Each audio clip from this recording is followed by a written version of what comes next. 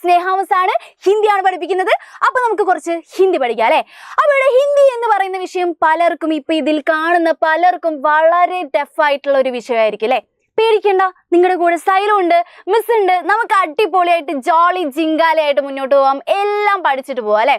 അപ്പൊ ഹിന്ദിയുടെ ബേസിക്സ് ആണ് നിങ്ങൾക്ക് എന്താണെന്ന് അറിയേണ്ടത് അല്ലെ. ഹിന്ദി എന്ന് പറയുന്ന വിഷയം ഒരു ഭീകരജീവിയായിട്ട് തോന്നുന്നുണ്ടോ? ഇല്ല, വളരെ സിമ്പിളായിട്ട് സുഖമായിട്ട് സൂപ്പറായിട്ട് പഠിക്കാൻ പറ്റിയിട്ടുള്ള ഒരു വിഷയമാണ്.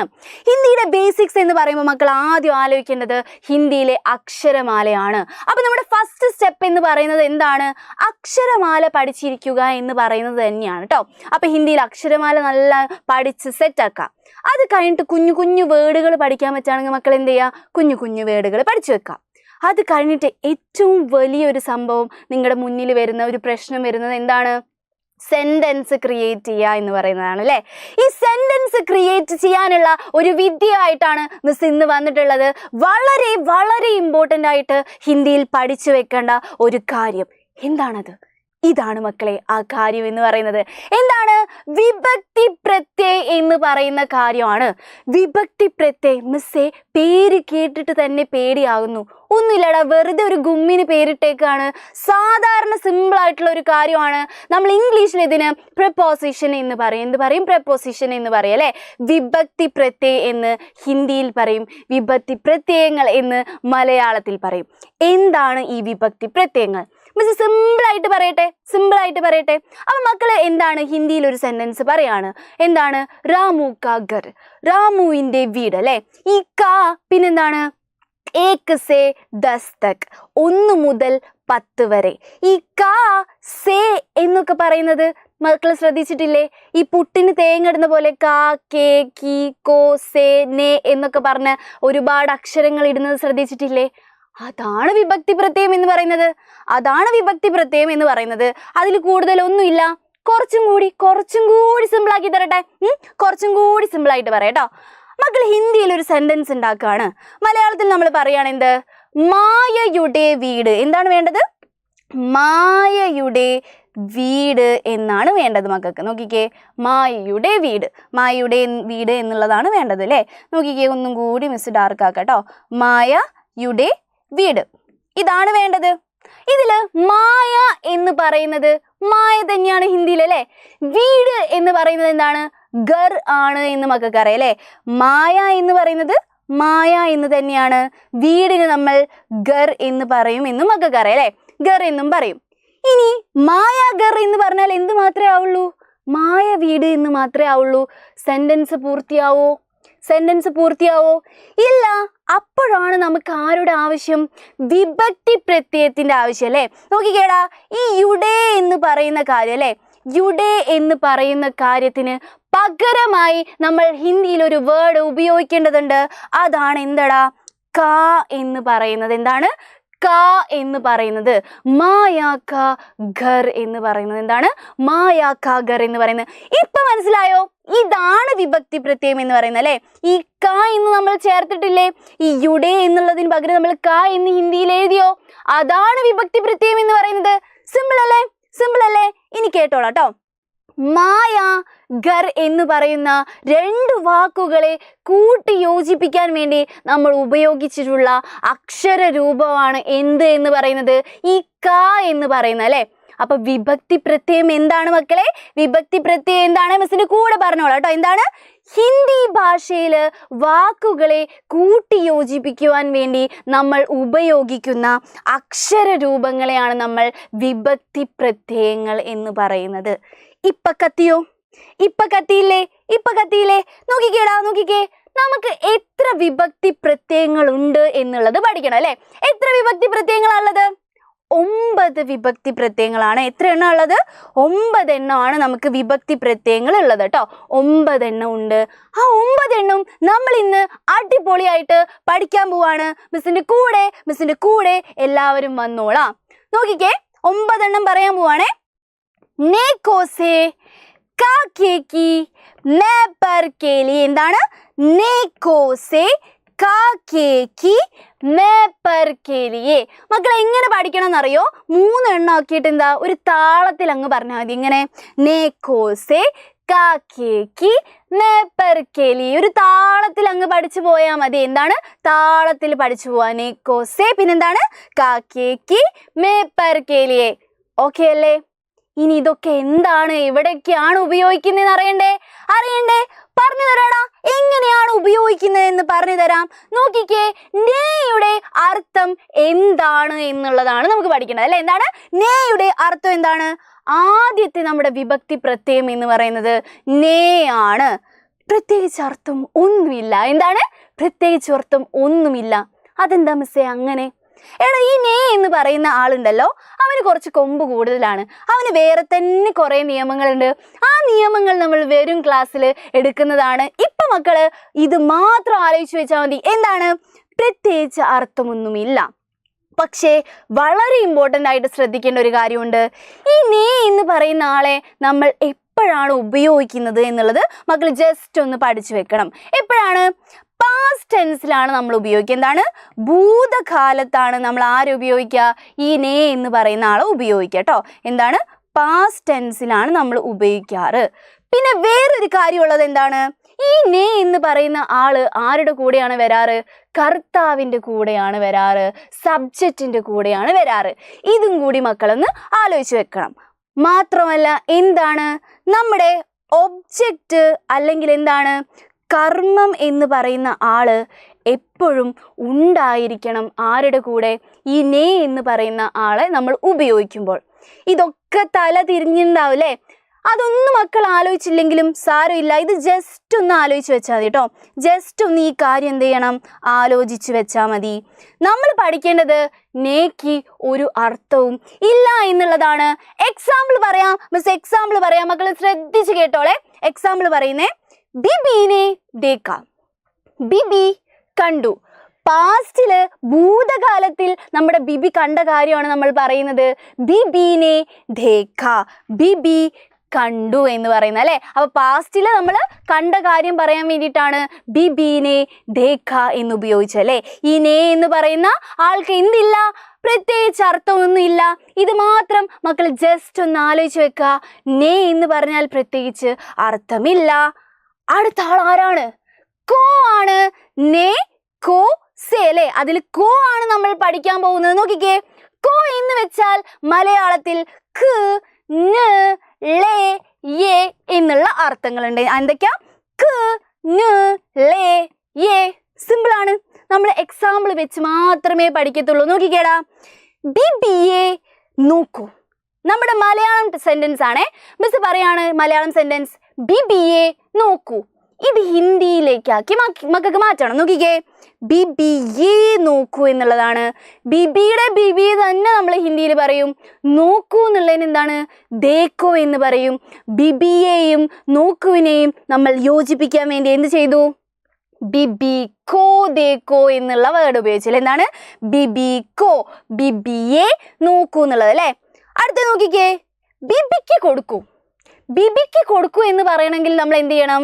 ബിബി കോ ദേ ദോ എന്ന് പറയണം അല്ലേ. എന്താണ്? ഖ്, ന്, ലേ, യേ എന്നുള്ള മലയാളം അർത്ഥങ്ങൾക്ക് മൊത്തം എന്താണ്? ഒറ്റ വാക്ക് മാത്രം നമ്മൾ ഇവിടെ ഉപയോഗിച്ചാൽ മതി. ഹിന്ദിയിൽ ഉപയോഗിച്ചാൽ മതി. ശ്രദ്ധിച്ച് കേട്ടോളെ. ബിബിക്ക് കൊടുക്കൂ എന്നുള്ളതിന് നമ്മൾ എന്ത് പറയും? ബിബി കോ ദേ ദോ എന്ന് പറയും അല്ലേ.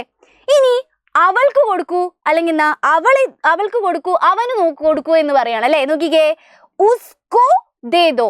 ഉസ്കോ അല്ലേ. ഉസ് എന്ന് വെച്ചാൽ അവൾ, അവൻ എന്നുള്ള മീനിങ് ആണ്. കോ നമ്മൾ ചേർത്ത് കൊടുത്തപ്പോൾ അവൾക്ക്, അവന് എന്നായല്ലേ. അവൾക്ക് അല്ലെങ്കിൽ അവന് ദേ ദോ കൊടുക്കൂ എന്നായല്ലേ. ഇപ്പൊ കോ എന്ന് പറയുന്ന വാക്ക് എന്തിനൊക്കെ കണക്ട് ചെയ്യാനാ നമ്മൾ ഉപയോഗിക്കാൻ മനസ്സിലായോ? ഖ്, ന്, ലേ, യേ എന്നുള്ള എല്ലാ മലയാളം വാക്കിനും നമ്മൾ എന്ത് ഉപയോഗിക്കും? ഈ കോ ആണ് ഉപയോഗിക്കുന്നത്. സെറ്റല്ലേ? സെറ്റല്ലേ? കത്തിയില്ലേ? ഇനി അടുത്ത വിഭക്തി പ്രത്യയത്തിലേക്ക് പോയാലോ.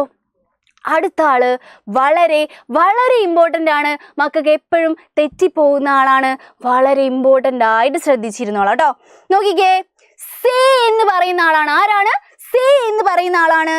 ഇൽ നിന്ന്, കൊണ്ട്, കാൾ, ഓട്, മുതൽ എന്നിങ്ങനെ 5 കാര്യങ്ങൾക്കാണ് നമ്മൾ സേ എന്ന് പറയുന്ന ഈ വേർഡ് ഉപയോഗിക്കുന്നത് അല്ലേ.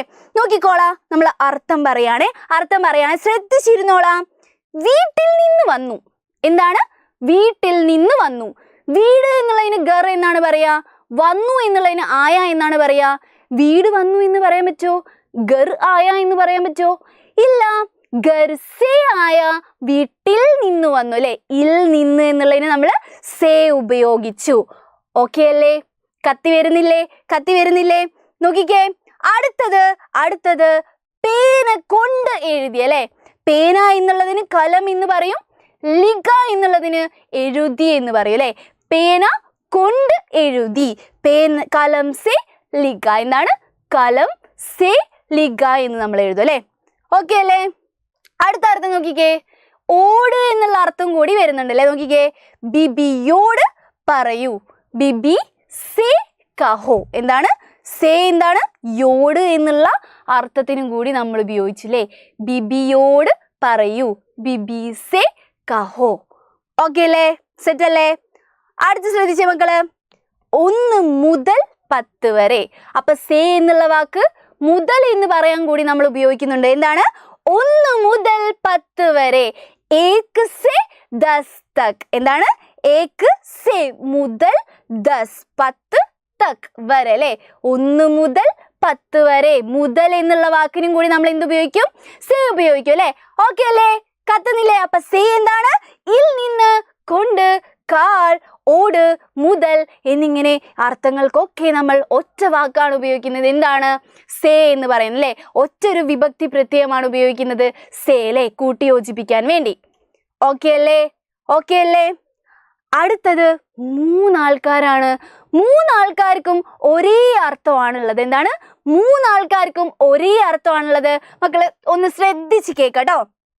കാ, കേ, കീ എന്ന് പറയുന്ന 3 ആൾക്കാർക്കും ഒരേ അർത്ഥമാണ്. എന്താണ്? ഡേ, ഉടേ, ഉള്ള, ലേ. ഈ 3 ആൾക്കാർക്കും ഒരേ അർത്ഥമോ? എന്താ മിസ്സേ അങ്ങനെ എന്നുള്ളൊരു ഡൗട്ട് മക്കൾക്ക് ഉണ്ടാവും. മക്കളെ, ലിംഗ് വചൻ എന്നതിനനുസരിച്ച് ഈ ആൾക്കാരൊക്കെ മാറും.